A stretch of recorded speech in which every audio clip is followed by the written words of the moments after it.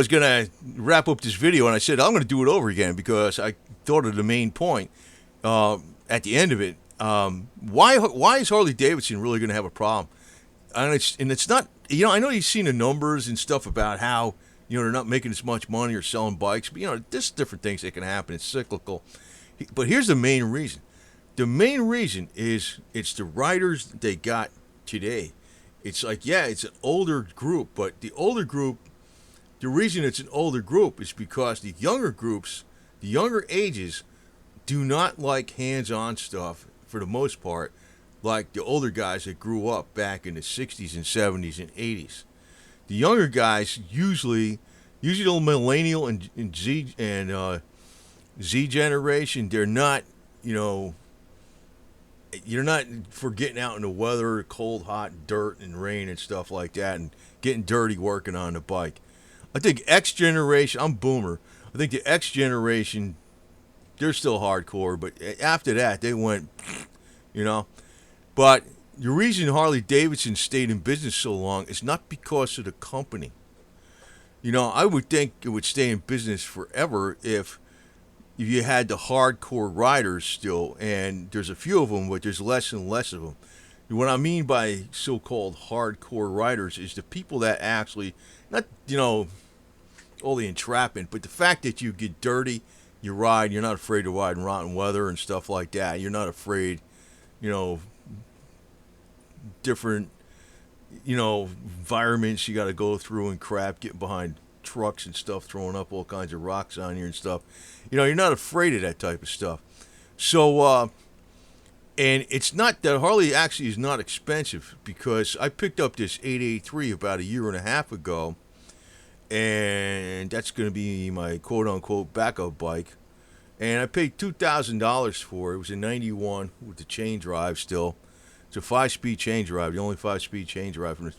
And, I put $500 in with a gas tank, some, there's different, what do you call those things? It's where you can change the fork oil easy. I had to put a shorter kickstand on it, different shocks, a couple bags, but it came with a Mustang seat and an oil cooler and stuff, and it really runs fine, and a jet at the carb and stuff. But so $2,500 basically, or $2,600 total, with all the fix-ups, without including registration and tax. So that's a Harley that goes good and gets some good range, and it's affordable. That's what I'm saying. It is affordable, right? So it's not the affordability. It's like the used bikes they're pretty affordable. So what I'm saying is that you're not going to get people to, get out of the cell phone mode with the click the button garbage and get on a bike. It's a different thing. I know a lot of people like looking at bike videos. The bike's doing this and all that. Oh, that's neat. But that's all they're doing. They're not actually getting out there and riding. So that's one thing. And the other thing is a lot of people don't work on stuff hands-on. You can't be with a motorcycle. It ain't like a car. You got you got two wheels instead of four, obviously. So if you got one of your tires is even down a little bit on inflation, you got a dangerous situation. But you also got to check on a lot of different things. I mean, if there's a little play in one of the wheel bearings or something like that, you got a problem because it affects the handling. On a car, you got four wheels. If something's wrong with this, a tie rod end or something, or a wheel bearing, the car's still going to go down the road and not, get all wobbly and stuff like a bike could, right? So if you got a problem, you got to watch for a lot of different things, problems in the shock swing arm, the forks and whatever, all kinds of junk. So people don't want to do that. They just want, you might see people buy an electric bicycle, but they won't buy a freaking regular proper motorcycle that much. So it's the generation that's not wanting to get dirty or hands-on, and this is why we got a problem. And the one thing else I picked up on, too, if you go back to like the 70s, every single auto parts store, car parts store, bike shops, car parts stores, they had a machine shop in the back. Not like a full machine shop like you might see on, on YouTube, where these guys got all these Bridgeport machines and stuff. But they had like, presses, lathes, mini mills and stuff, drill presses, things like that. And they could do stuff, a lot of stuff. Like I remember back in the 70s, early 70s, taking heads off of car engines, and I wouldn't take them to like have them exchanged. I'd take them to the regular parts store, and they would do the valve job on it for me, man. They reseat all the valves and resurface all the valves and change out a valve or some crap, and I put the heads back on. All the bike shops were like that. I remember by the 90s, even in California, there was only one guy between Los Angeles and San Diego and all of Southern California, one guy that was actually capable of totally rebuilding the engines, like with the flywheels and balancing the flywheels on the bikes. This was in the early 90s. Now, I know they had people in LA, but I'm talking between LA and San Diego. The dealers, the Harley dealers, didn't have any of this stuff. They would go to this one guy. You know, I remember that's why I knew about him, because I took my bike there, man. He did the S&S rods and all that crap in the bottom end. And the thing is, even in the 90s, there's a lot less machine shops out there. This is a problem too, because the whole reason Harley Davidson stays around is because of the aftermarket. And what's the quote unquote the aftermarket? It's not just the machine shops and the parts stores and the ones that are selling custom parts and stuff. It's like all these garage, backyard fabricators and stuff, right? There's way less of that stuff, man. Everybody's on the freaking internet. What's on their cell phone and stuff, They don't do this type of stuff anymore. This is probably why motorcycles in general are a freaking problem. You're probably going to see a lot of electric bicycles. Maybe you might see more electric motorcycles someday, as long as you don't have to do anything to them. Basically, like you got permanently sealed wheel bearings, and you just plug it in and charge it, and when it breaks, you just throw it away and get a new one, right? But in my opinion, I'm going to keep going with learning more and more stuff. I've been thinking about it for a while. Is even get the stuff to balance the flywheels and stuff. I don't know if I want to do that, but I might. I think I'm kind of in something that's not a club, but it's kind of like a group. But I know enough stuff to fix a lot of things, which I can help people with. But I didn't post if I had videos on all the times I pull this engine out and transmission out of the engine and pull the heads off, and man, I'd have all kinds of freaking motorcycle videos up. But that was before I was on YouTube. But you're not going to see the millennials and some of them you will, but generally speaking, the millennials and Generation Z do not get hands-on dirty with stuff the way it used to be. And the way it used to be, I don't want to say that back in my time, but the thing is, it was way, way, way, way different back then. It was. And people used to modify stuff just for the hell of it. It was like, people would modify, that looks cool. It might not even be safe. Oh, I'm going to modify this because I like the way this is or something. And, people were like their own engineers, man. They were messing with stuff they probably shouldn't be messing with. But that's even how the Harley Davidson look came about in the first place, with the 21-inch wheel up front and the Springer front end and all that crap, the old school stuff, the way old school stuff. That's kind of how the whole look came about. It was from the end users, man. I call it the aftermarket, but it's like all the riders. But what is the aftermarket today? What are the riders today? The whole millennial and Generation Z generation, for the most part, is not like a hands-on generation. And it's not a generation that wants to get out there and get dirty, cold, or wet and stuff like that riding in weather. That's why Harley Davidson is probably in big trouble, not just because of the freaking numbers, but just considering how, the generation's gotten a lot softer. I hope it don't get like that, man, but I don't know.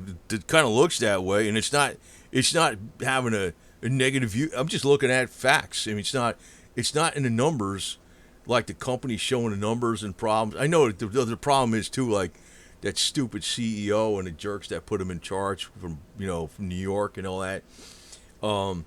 They made Harley Davidson woke and stuff, but that's 99%. That's not really the whole problem. The real problem is you got a way lot less people riding. Oh, I want to add this at the end.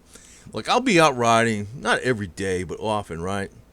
And I don't even take my camera with me or nothing, but I just kind of ride around. But because I guess I could film and ride and junk, but I don't see many bikes on the road. I might see a few more on Saturday and Sunday, but during the week, I hardly ever see any bikes on the road. It's kind of like nothing. Then you come around, like I'm in Florida, right? I'm in Florida.